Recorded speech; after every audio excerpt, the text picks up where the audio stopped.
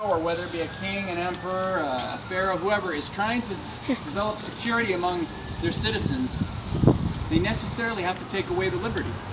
You can't have both. You can't promise people absolute safety and have them still be free. You could try all the different equations and programs and things, it doesn't work. At some point, you're going to have a loss. And we've seen this throughout history. And so when our country was made, one of the things I really like about our Constitution is that if we're going to be wrong, we're going to be wrong on the side of liberty. We're going to be wrong on the side of freedom. Free people will decide their fate. Yes, we need the science, we need the facts. I want the information so I can make an informed decision. I wear a helmet when I ride a bike because I know the data that if I wear a helmet, I'm likely to survive if there's an accident. I should be free to not wear a helmet if I want to. That should be the choice of free people. And now what do we see today? Tyrants are rolling in their graves laughing and cheering that a disease that has a survival rate of 99.5% has brought American freedom to its knees. You can't even worship. You can't even worship in your houses and worship. The parishioners are banned. You can't stand close to people. You can't leave your house. There's all this talk about people coming in and mandatory testing, and we don't know what's going to happen. And as a nation, we've been brought to our knees in terms of freedom. Yeah, no one wants anyone to get sick. I don't want anyone to get sick. No, none of us do. And that's the default argument. That is, as I've mentioned, that we should get America going up again, I've said online, that automatically someone says, so you want people to die? Yep. And they think they've won the argument. So if I say, I think people should be allowed to drive on roads, you hear anyone saying, so you want people to get run over? You want people to die in traffic accidents? Is that it? I think people should be allowed to log in forests. Oh, so you want people to get cut with chainsaws, I see. No, none of us want these bad things to happen. We understand, though, that to have a thriving economy and to be free comes with inherent risk. All of us know that. We all bear different risks based on our lifestyle, what we do, where we go. Are we wearing a helmet when we ride a bike? Are we hiking in the mountains by ourselves? Do we decide to take a cell phone with? Everything we do has inherent risk in it. And now what I've seen is the governor and other leaders of states that have used this to just awaken their tyrant fire inside, arresting salon owners for opening up a salon, throwing a salon owner in jail. That just shows who the tyrants in society are. It's times like this where we can see people's true colors. I've done my part. I voluntarily, and I didn't shame anyone for their choices. I decided to stay home with my family, and I work from home, so it was kind of easy. But that we would minimize going outside. We wouldn't take our kids out playing at parks and things. I made my personal choice as a citizen. I made my choice. I looked at the data, but I didn't shame anyone else for their choices. I'm not telling anyone else how to live their lives. But I say right now, we should look at our government, our leaders, and have a unified voice to say, Mr. Inslee, open up Washington State. Open this state up. Allow free people to make our choices. If you're a business owner, I want you to be able to decide when you're ready. When you think it's safe, when the numbers are where you think they should be, open your business. For people who want to patron and come in and utilize your business, same thing. When you're ready. You want to wear a mask? Go ahead and wear a mask. You want to wear gloves? By all means. You want to be 6 feet apart? You never want to shake my hand ever again? That's okay. I understand. This has put a lot of fear into a lot of us. But when we wag the finger at other people, when we're looking through our blinds at our neighbor's driveway and say, oh, there's 7 cars in the driveway. Oh, I better call the police and have them investigate. This is craziness. Absolute insanity. And it's time that we do what we're doing right now. We have to be able to say enough. And free people will decide, and there will be consequences.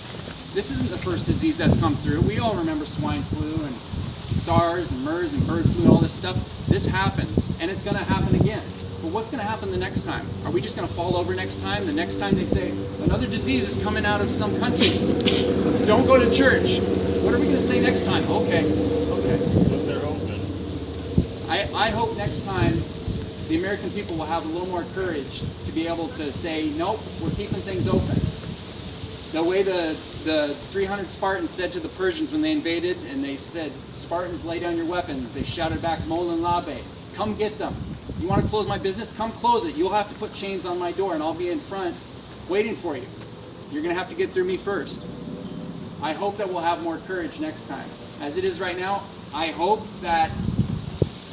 pray that our governor has the sense and foresight to be able to do this in the right steps. He's got phases. He's got all kinds of ambiguity. I understand. I hope it works. I hope we can get through these phases quickly. I hope we can get back to business. I hope we can get back to doing what we've normally been doing as communities and families, caring for one another. I hope we can get back to that. As for now, we need to let them know it's unacceptable. And I won't let this happen again.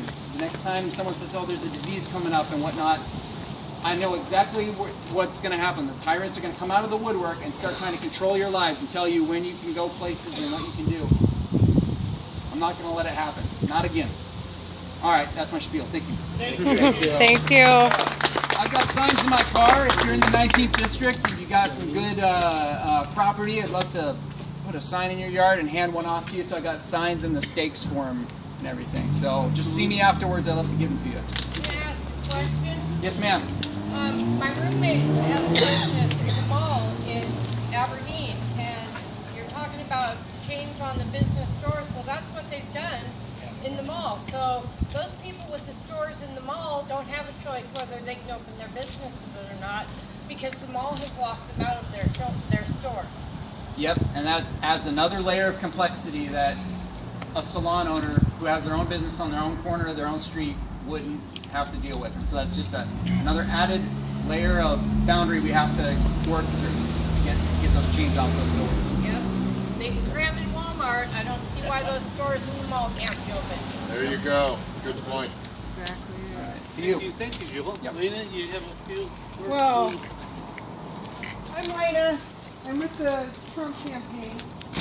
And if anybody would like to please make calls for Trump, we're doing it. We're not knocking on doors. We're calling people using technology. You literally can call people through your computer, talk to them through your computer, no web stuff. You can just do it. And it's amazing. I made, how many calls, Matthew? Like 250. Yeah, last week, the weekend before last. I had finals last weekend. He's a monster. So, but it is so nice. I can guarantee you, out of 30 people I call and actually get on the phone to do the quick survey, one is against Trump. One is against the Republican way of life now. And the Republican Party used to be stuffy and thought of as being just straight up religious, right down this one lane, and if you didn't follow that lane, you weren't welcome. But it's not anymore. I was a lifelong Democrat because that's how our parents raised us in Washington. You know, educators in the family. I have a Down syndrome son who's 31. If he gets China virus, do I get him taken away because I'm his legal guardian? I mean, these questions concern me. So it's not happening in my house. And I'll do what I have to do to keep my own out of the government. And so that means getting Trump in. We have to have at least 4 more years with this man at the helm, draining the swamp, which, go General Flynn. Would you share what you're doing tomorrow? Tomorrow I'm going to the Capitol because there's another little rally going on down there. Big Little rally, a little country talk there. Little gathering. I'm a hairdresser. I retired after having a stroke 3 years ago, focusing just on my master's degree, almost done. And so I'm going to be cutting hair on the Capitol. I'm going to bring my stuff. I heard other hairdressers are going to be doing the same, so I will be there giving free haircuts. There you go, Jim. I'm getting one. I normally cut my own, but if I can go get it cut there, I'm going to do so. I worked as a manager for Great Clips for 20 years in this state, and I helped open almost every single Great Clips this side of the mountains. And I tell you what, hairdressers live every 2 weeks at a time and on tips. That's how they survive. There are many people in this community that are starving. I'm paying my daughter's child care costs for my granddaughter because they won't allow the kids to unenroll and get back in with their place.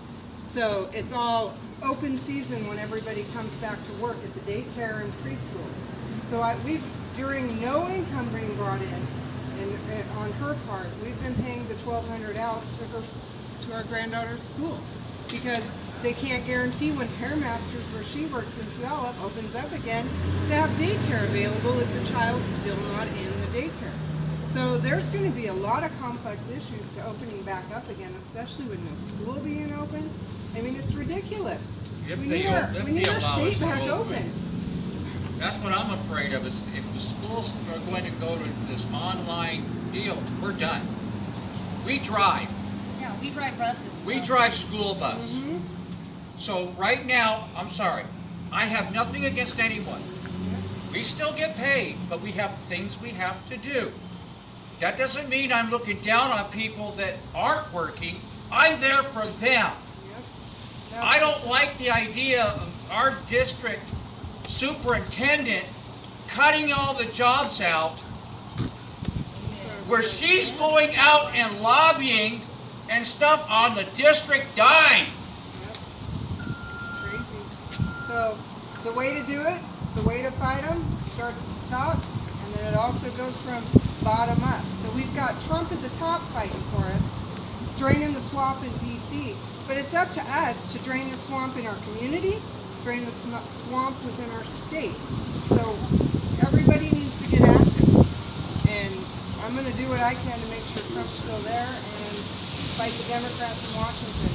I voted for 5 Republicans in my life, and I will never vote for a Democrat again as long as I'm alive. I'm sure when I'm dead, I'll be voting Democrat. For now, we're going to wipe them out. I like to say they've been fighting dirty for generations, so we need to be the sand in their eye. It's time to fight dirty on the playground. Toss a little sand in their eye and fight back. That's all. If anyone wants to sign up to help call for Trump, hit me up. I'll hook you up. Thank you. Next we have Lisa Zaborac. She's our Grays Harbor Republican Party chair. Next week is an important week. It is when all the candidates need to register for the part that they want to play in our future.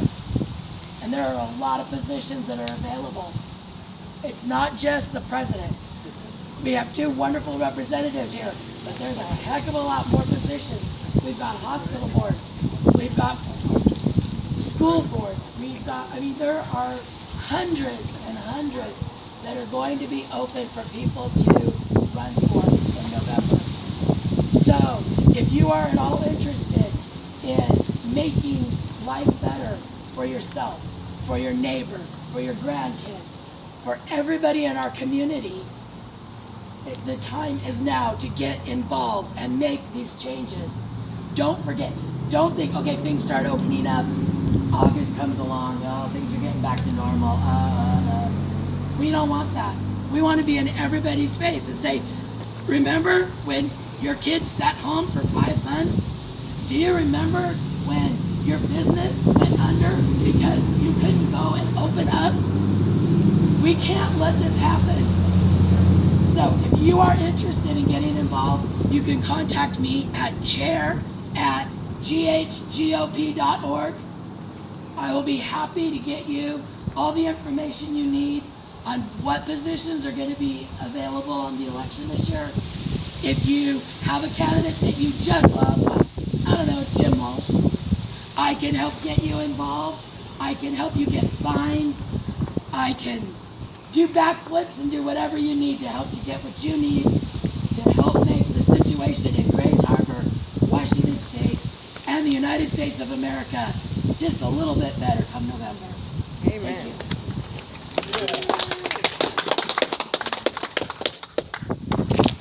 Okay, does anybody else have anything?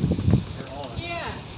How do we get the Republican and Democrat taken off the front envelope of our ballots? Because I think that's bullshit. Jim?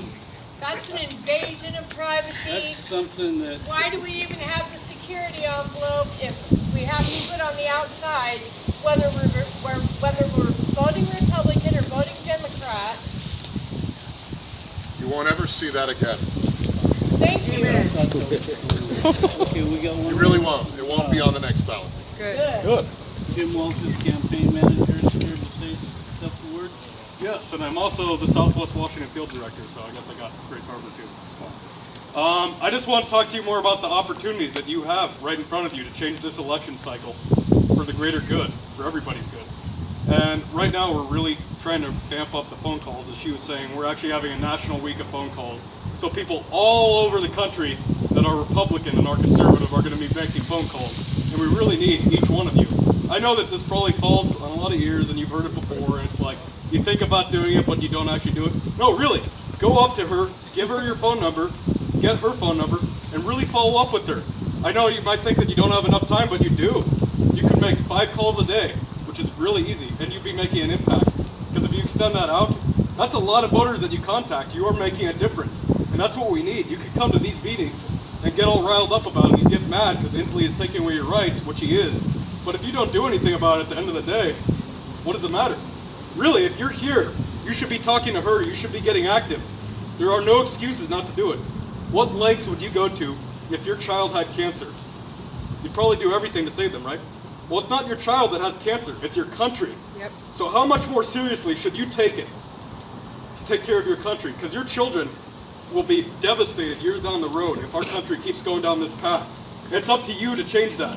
Not me, not other people like Lena. It's you, and it's on you what the future looks like. So please, I know that's a little convicting, but please do follow up with her. If you leave this place without following up with her, you might as well not have come. It's really important to get on here. For the Culp campaign, for the Walsh campaign, for every Republican campaign, take out Inslee, take out the Democrats, and let's get back majorities in those chambers. And let's change the law. Let's make it so this never has to happen again in our state. Yes. Okay? Amen. Okay, I see Joel's over here. He's got signs if you guys are interested in him. We've got Loren Culp signs in the back of the pickup, and we've got Jim Walsh signs in the back of his pickup if you folks are interested. Thank you very much for coming out today.